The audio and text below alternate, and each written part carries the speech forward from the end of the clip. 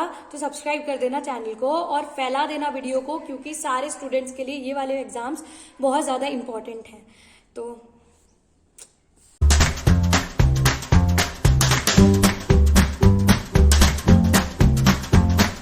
Hi you guys, welcome back to my channel. So if you are new to this channel, hi, I am Princy Gupta and I'll be really happy if you subscribe to my channel below. So please guys go and subscribe to my channel now. तो आज मैं video लेके आई हूँ that how to write an exam like a topper. तो topper की तरह आप कैसे एग्जाम लिख सकते हो, कैसे आप अपनी कॉपी को प्रेजेंटेटिव बनाते हो, तो देखते हैं भाई। आगे देखो पहले कि कैसे बनाना है, उसके बाद मैं कुछ डिस्कस करूंगी tips and tricks which you are required to write a copy और राइट आंसर शीट। और पूरी वीडियो अच्छे से देखना, इसीलिए देखना क्योंकि अगर थोड़ा सा भी मिस हो गया तो बहुत भारी पड़ेगा। इसीलिए पहले पूरी वीडियो देखो, फिर आ जाओ वापस से जल्दी, तो फिर मैं बताती हूँ कि क्या क्या आप लोग और उसके इंपॉर्टेंट पॉइंट्स क्या हैं और ट्रिक्स क्या हैं। तो आपको करना ये है, जैसे आपको आंसर शीट मिले तो आपको एक राइट मार्जिन पे लाइन खींच लेनी है, क्योंकि लेफ़्ट पे ऑलरेडी आती है। तो आपके पास एक बीच में स्पेस रहेगा क्वेश्चन आंसर्स लिखने के लिए, और आपको हर एक क्वेश्चन के बाद लाइन खींचनी है। तो जब आपका पेपर हो जाए, टाइम बचे, तब आपको खींचना है। अदरवाइज़ आप हर एक आंसर के बाद 3 लाइन छोड़ दें तो आपके लिए एक जगह रहेगी एग्जामिनर को मार्क्स देने के लिए। तो in that case you are suppose to write answer number लिखना है, हौच पौच बिल्कुल नहीं करना है। आप क्या करोगे उसमें, आप आगे के पेजेस छोड़ दोगे और आप लास्ट से स्टार्ट करोगे। मतलब लास्ट के आप 3-4 पेजेस जितने में आप लिख सकते हो, जैसे कि आप क्वेश्चन आपको 1 मालूम है कि 2 लाइन में लिख जाएगा, तो आप उसके लिए 2 लाइन मतलब हाफ पेज छोड़ दो। उसके बाद सेकंड के लिए हाफ पेज छोड़ दो। ऐसे आप पेज छोड़ते जाओगे, ऐसे आप पेज छोड़ दिया आपने। तो आप क्या करोगे, जैसे ये पेज आ गया, ये वाले पेज पे आप लिखना स्टार्ट करोगे अपना आंसर। और आपको इतना जल्दी लिखना होगा कि आपका कोई छूटे ना, because I was a commerce student, तो मैंने अपना बिजनेस का पेपर पूरा नहीं कर पाया था बिकॉज ऑफ टाइम, क्योंकि बहुत लेंदी आया था पेपर। तो मेरा 5 मार्क्स का छूटा था and you won't believe that I got 95 marks out of 100। So मतलब छोड़ना बिल्कुल नहीं है, you have to attempt each and every question. तो आपको, क्योंकि ब्लैंक पेपर पे देखो कोई मार्क्स नहीं देगा, लेकिन आप लिख के आओगे तो आपको एक नंबर मिल ही जाएगा। तो सपोज आपका पेपर अगर 40 मार्क्स का है, तो आपको सबसे पहले, जैसे आपका क्वेश्चन नंबर आपको 1 करना है, तो आप लिखोगे यहाँ पे आंसर नंबर 1। आपको पूरा, फॉर एग्जाम्पल मैनेजमेंट की डेफिनेशन वो पूछ रहे हैं, तो आप इधर लिखोगे, क्योंकि सीबीएसई ने कर दिया है ब्लैक पेन बंद, तो आप लिखोगे मैनेजमेंट। अगर मैनेजमेंट की डेफिनेशन है तो फिर इस मैनेजमेंट को you need to bold it. आपको इसको ज्यादा ऐसे कर देना है ताकि ये बोल्ड में दिखे और एग्जामिनर को लगे कि आपको सब आता है। एंड उसके बाद आप लिखोगे कि मैनेजमेंट की definition, management is a process. आप पूरा ये लिखोगे यहां पर। आफ्टर दैट, ये फॉर एग्जाम्पल 1 मार्क क्वेश्चन है। After that what you are suppose to make, you are suppose to make a line here, so that आपका पार्टीशन दिखे कि हाँ यहां पर मैंने आंसर नंबर 1 किया है, यहां से मैं आंसर नंबर 2 स्टार्ट करूंगा। अब for example answer number 2 is the features of planning. You are suppose to write the features of planning. So what you will do, आप लिखोगे यहां पे पहले प्लानिंग की चलो, अगर वो क्वेश्चन आता है आपका 2 मार्क्स का, तो you are suppose to write features of planning. ऐसा करोगे, आप इसको कर दोगे अंडरलाइन पेंसिल से, और आप जेल पेन भी यहां पे यूज कर सकते हो। You need to make your copy presentable. आपको रिप्रेजेंटेशन अपनी कॉपी की इस तरह बनानी है कि आपके टीचर्स आपको देखते ही मार्क्स दे दें। मतलब उनको ऐसा लगे कि हाँ बच्चे को सब कुछ आता है, बच्चा नोज ईच एंड एवरीथिंग। तो आपको पॉइंट्स में लिखना है इसको। आप ट्राई करो कि हर एक चीज पॉइंट्स में लिखो, बिकॉज पैराग्राफ बिकम सो लेंदी, तो एग्जामिनर नहीं सोचता है कि मुझे पूरा पैराग्राफ पढ़ना है। But if you keep points on your answer sheet, तो भाई एग्जामिनर पॉइंट्स देख के ही नंबर दे देता है, और पॉइंट्स भी आपको ऐसे नहीं लिखने हैं। Planning is a continuous process. ये तो हो गई हेडिंग भाई, ये हो गई हेडिंग। 2 मार्क्स का है, 2 फीचर्स लिख देना, दैट्स इट। 2 से 3 भी लिख सकते हो, बट उससे ज्यादा मत लिखना। हमेशा याद रखना कि पॉइंट टू पॉइंट आप आंसर्स लिखो। यहां पर सिर्फ इसके लिए 1 लाइन लिख देना। आफ्टर दैट दूसरा पॉइंट यहां पे नंबर डाल देना, दूसरा पॉइंट लिखना, यहां पे दूसरा लाइन लिखोगे planning is both forward and backward looking, फिर यहां पे तीसरा पॉइंट लिखना। तो आप यहां पे पॉइंट्स लिख के आपका ये पेज ओवर। यहां पे अब आपको कुछ नहीं करना है, लास्ट में आप एक लाइन खींच दोगे, that it will show that your answer is completed. After that आप सेकंड पेज पे आ जाओगे। सेकंड पेज पे आपको देखो, आपको आंसर शीट जैसे ही मिलती है, you are supposed to make the margin in all the papers, all the number of papers, आपको पूरा मार्जिन क्रिएट करना है। अब फॉर एग्जाम्पल आपका आंसर 3 आता है, तो आप लिखोगे यहां पे आंसर 3। आप 2 कलर के पेन यूज कर सकते हो, मतलब एक बॉल पेन ले लो और एक जेल पेन ले लो, तो डिफरेंट कलर्स हो जाते हैं। या फिर आप प्राइमेक्स ले लो तो वो भी डिफरेंट हो जाता है। तो आपको ये करना है। उसके बाद आप, जैसे इसमें बोला गया है कि कम्युनिकेशन की प्रोसेस लिखनी है आपको, मतलब क्योंकि I am a commerce teacher तो मैं बिजनेस का बता रही हूँ, लेकिन आपका ये हर चीज में चलेगा, लाइक साइंस में, सोशल साइंस में, आपका हर एक चीज में सेम चलेगा। देखो पॉइंट्स सेम ही रहेंगे कि आपको हर चीज पॉइंट्स में लिखनी है, आपको हर एक चीज कट टू कट लिखनी है। अब चलो, अगर आंसर 3 आता है कि आपकी कम्युनिकेशन, आपको प्रोसेस लिखनी है, ठीक है, तो आप यहां लिखोगे, हेडिंग डालोगे कम्युनिकेशन प्रोसेस, ठीक है। अब फॉर एग्जाम्पल ये आपका 5 नंबर का क्वेश्चन है, ठीक है। तो सबसे पहले आप प्रोसेस ना लिखकर आप पहले कम्युनिकेशन की यहां पे लिखोगे डेफिनेशन।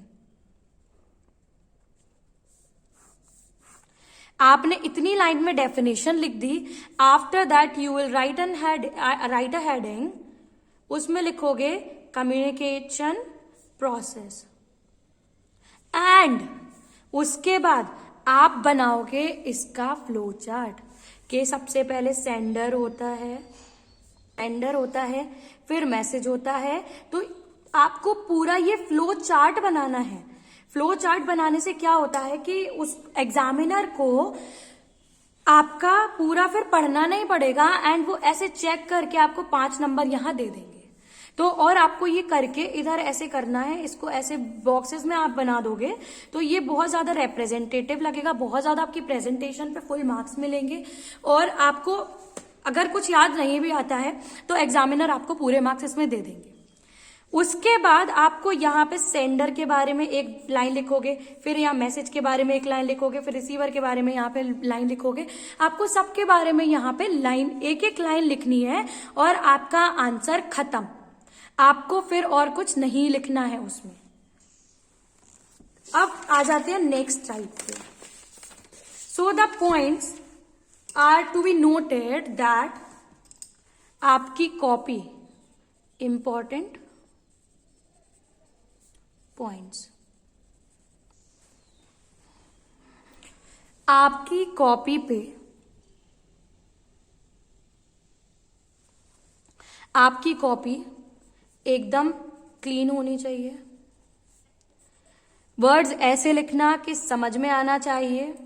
तो आपकी रिप्रेजेंटेशन बहुत अच्छी होनी चाहिए। आपको कट टू कट पॉइंट में लिखना है। आपको लेंदी नहीं बनाना है।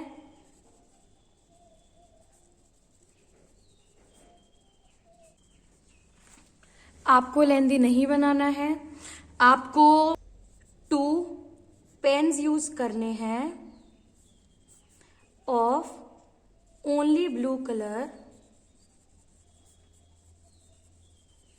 with different variant or with different shades. For example, ball pen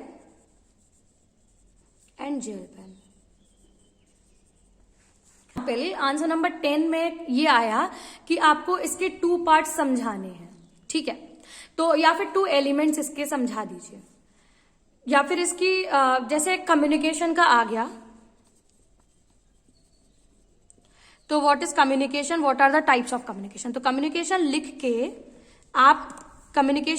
के आप यहाँ पे उसकी डेफिनेशन समझाएंगे। डेफिनेशन समझाने के बाद उसके लिखेंगे टाइप्स ऑफ कम्युनिकेशन। आप लिखेंगे 2 टाइप्स, इनफॉर्मल एंड फॉर्मल। तो आप ऐसे लिखेंगे तो ये रिप्रेजेंटेटिव लगेगा, आपको ज्यादा लिखना नहीं पड़ेगा और आपको मार्क्स भी पूरे मिलेंगे, बिकॉज एग्जामिनर के सामने आपका ऑलरेडी इतना अच्छा इम्पैक्ट बन चुका होता है कि आपको पूरे मार्क्स देंगे वो।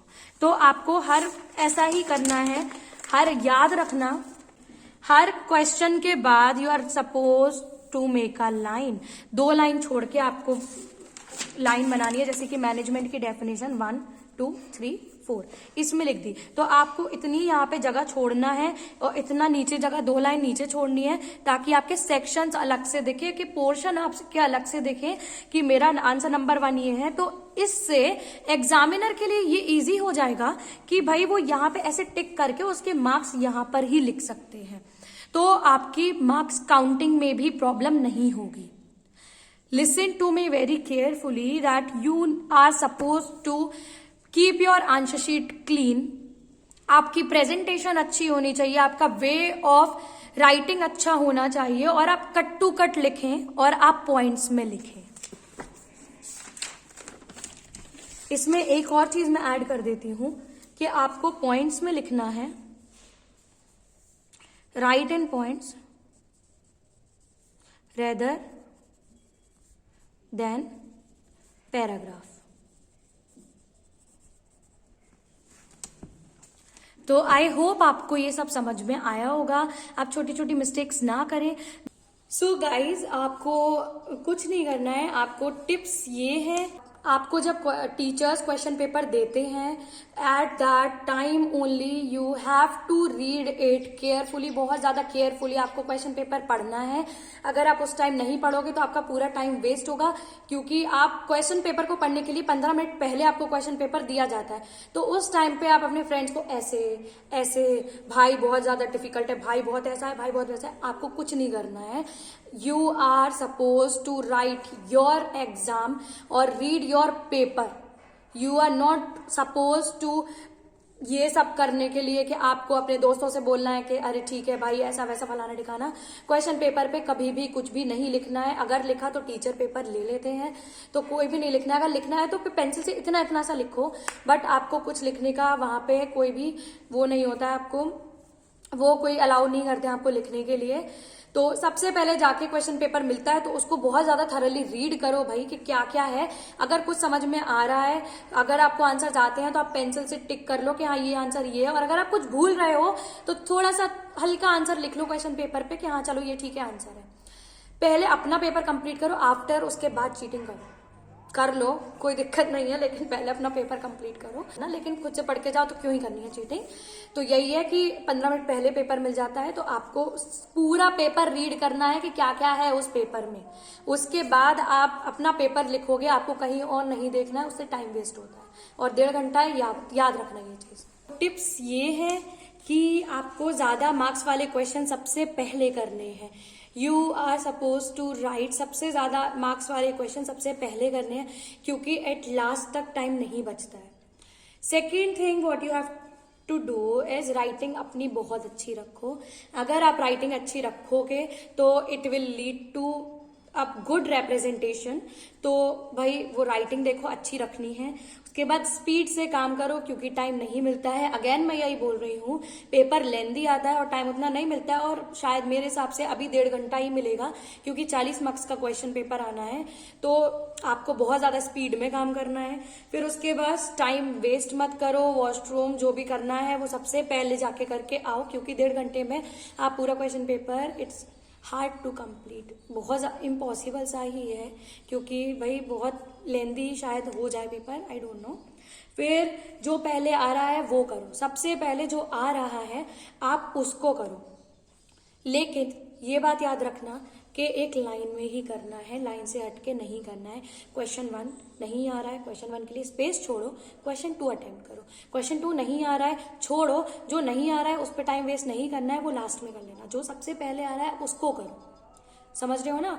जो सबसे पहले आ रहा है आपको वो अटेम्प्ट करना है, जो नहीं आ रहा है उनके लिए क्वेश्चंस की जगह को छोड़ दो। जैसे कि आपको क्वेश्चन नंबर 5 आ रहा है, जैसे अभी मैंने नोट पे बताया कि आपको क्वेश्चन नंबर 5 आ रहा है, तो 1 2 3 4 आप जगह छोड़ दो। एक पेज पे ट्राई करना कि सिर्फ 2 ही क्वेश्चन करो, तीसरा ना करो, क्योंकि 32 पेजेस की कॉपी मिलती है तो बहुत ज्यादा जगह रहती है करने के लिए, एडजस्ट कर सकते हो। तो एक पेज पे मैं एडवाइस करूंगी कि सिर्फ 2 ही आंसर्स लिखो, जगह छोड़ दो भाई। ऐसा मत करना पहले 1 कर रहे हो, फिर 5 कर रहे हो, फिर 4 कर रहे हो, बहुत हौच पौच होगा, एग्जामिनर को गुस्सा आएगा, मार्क्स नहीं मिलेंगे। तो क्यों कहीं पे भी कॉम्प्रोमाइज करना मार्क्स के साथ? तो आप जगह छोड़ो, एक जगह छोड़ दिया, क्वेश्चन नंबर 1 नहीं आ रहा है, बिल्कुल मत अटेम्प्ट करो, पहले जो आ रहा है वो अटेम्प्ट करो। फिर ऐसा भी नहीं है कि खाली जगह छोड़ के आ गए, भाई नहीं हम तो खाली जगह छोड़ के आ जाएंगे, कोई नहीं बाद में वो देख लेंगे, दूसरी बार भर देंगे पेपर, ऐसा नहीं। You need to attempt full question paper, पूरा क्वेश्चन पेपर अटेम्प्ट करना है, क्योंकि एग्जामिनर खाली जगह देख के मार्क्स नहीं दे पाएगा। लेकिन अगर उसको जगह भरी दिखेगी तो वो चाहे 1 नंबर दे, क्योंकि बच्चे ने लिखा है वो देगा। तो प्लीज पूरा क्वेश्चन पेपर अटेम्प्ट करो, क्योंकि आपके 20 दिन बाद से पेपर स्टार्ट हो जाएंगे। तो आप ये वीडियो अभी देख लो, मतलब अगर देख रहे हो तो और बच्चों को भी शेयर कर दो, क्योंकि आपकी 11th ऐसी निकली और 10th में जो आपकी परसेंटेज आई थी वो आपकी नहीं आई थी, बोर्ड ने आपको दी थी। तो यू डोंट नो कि कैसा क्या होगा, कैसे क्या नहीं होगा। तो भाई इसमें मेहनत कर लो, क्योंकि ये और 10th की मार्कशीट बड़ी काम में, मतलब कॉलेज में आएगी। आपको मन का कॉलेज नहीं मिलेगा तो आपका मन नहीं करेगा पढ़ने का। और मैं टीचर भी तो हूँ, इसीलिए मैं बता भी रही हूँ ये सारी चीजें कि भाई ऐसे ऐसे करना है। तो हर एक चीज देखो, हर एक चीज करके आना, क्लीनलीनेस रखना अपने क्वेश्चन पेपर पे, हर चीज के बाद एक लाइन खींच देना ताकि पोर्शन बन जाए कि हाँ, और एग्जामिनर को एक जगह देना जहां पे वो चेक करके आपके मार्क्स लिख पाए। हर चीज उससे करना कि मतलब नंबर वाइज करना कि पहला नंबर, फिर दूसरा नंबर, फिर तीसरा नंबर। हर चीज को ट्राई करना कि उसको आप डायग्राम में बना पाओ। इट इज नॉट नेसेसरी कि आप हर चीज को लिख के ही आओ, क्योंकि लिखने में वो चीज लेंदी हो जाएगी, वेयर एज आप डायग्राम जल्दी जल्दी बना दोगे फ्लो चार्ट टाइप का, तो आपका जल्दी वो चीज हो जाएगी। इसीलिए मैं बार बार एम्फसाइज कर रही हूँ कि फ्लो चार्ट बनाओ, डायग्राम बनाओ, करके आओ। मैं इस पे एम्फसाइज नहीं कर रही हूँ कि आप लिख कर आओ पूरा, तो आपके लिए भी इजी रहेगा, एग्जामिनर के लिए भी इजी रहेगा कि बच्चे को सब आता है। और अगर इसमें कुछ छूट गया हो मेरा तो मैं डिस्क्रिप्शन में डाल दूंगी, अगर कुछ एडिशन होना होगा तो मैं डिस्क्रिप्शन में डाल दूंगी, तो आप देख लेना, उसको भी अपने उसमें करके रखना, क्योंकि भाई ये पेपर इंपॉर्टेंट है। तो इसको बहुत अच्छे से करके आओ, बहुत ज्यादा अच्छे से करके आओ, ताकि कहीं से भी कोई भी स्कोप ना हो नंबर कटने का।